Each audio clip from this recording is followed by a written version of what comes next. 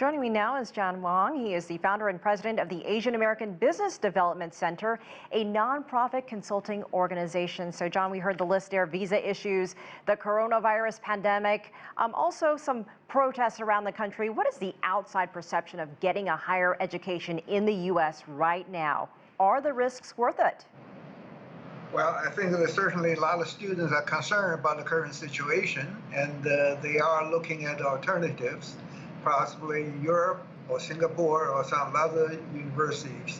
But certainly U.S. still a great deal of interest to Chinese students.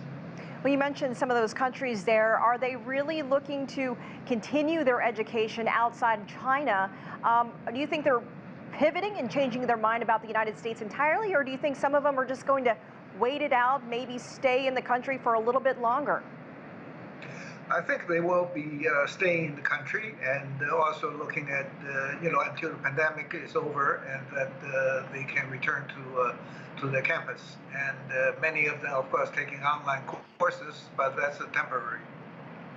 As you heard, and as we've seen, colleges and universities in the United States haven't been happy about the current political climate. Foreign students are a major source of revenue. And then you also have research and the continuing research between foreign students and students here in the U.S. So what are you hearing?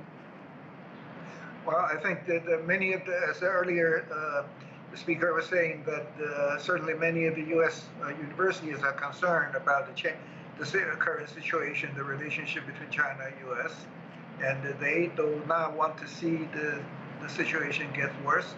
And so they are interested in preserving the status quo and hopefully to improve the situation.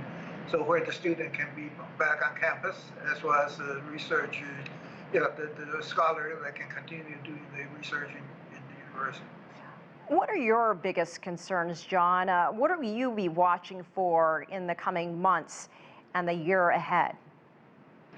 Well, especially the coming month, as the presidential election approaches, less than 90 days away, and so that's certainly, situation probably going to get worse before it gets better.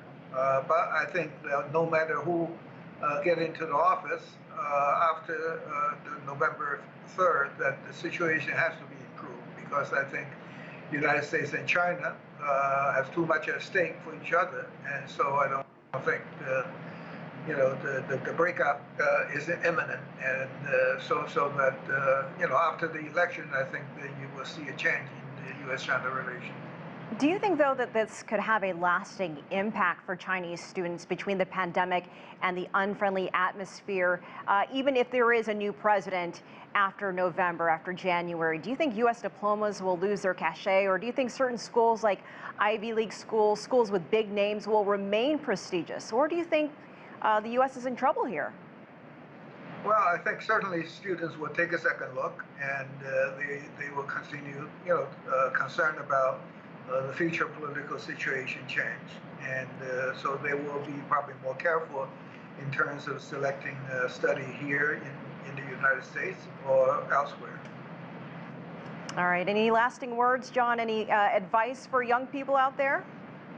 Well, I think that, certainly the American school here do not want to see the Chinese students staying away from the United States, and they would certainly be interested to continue to attract them here, and that perhaps this is also an opportunity for the students to take a closer look to see how the university will be dealing with the situation, and particularly with the students coming from China.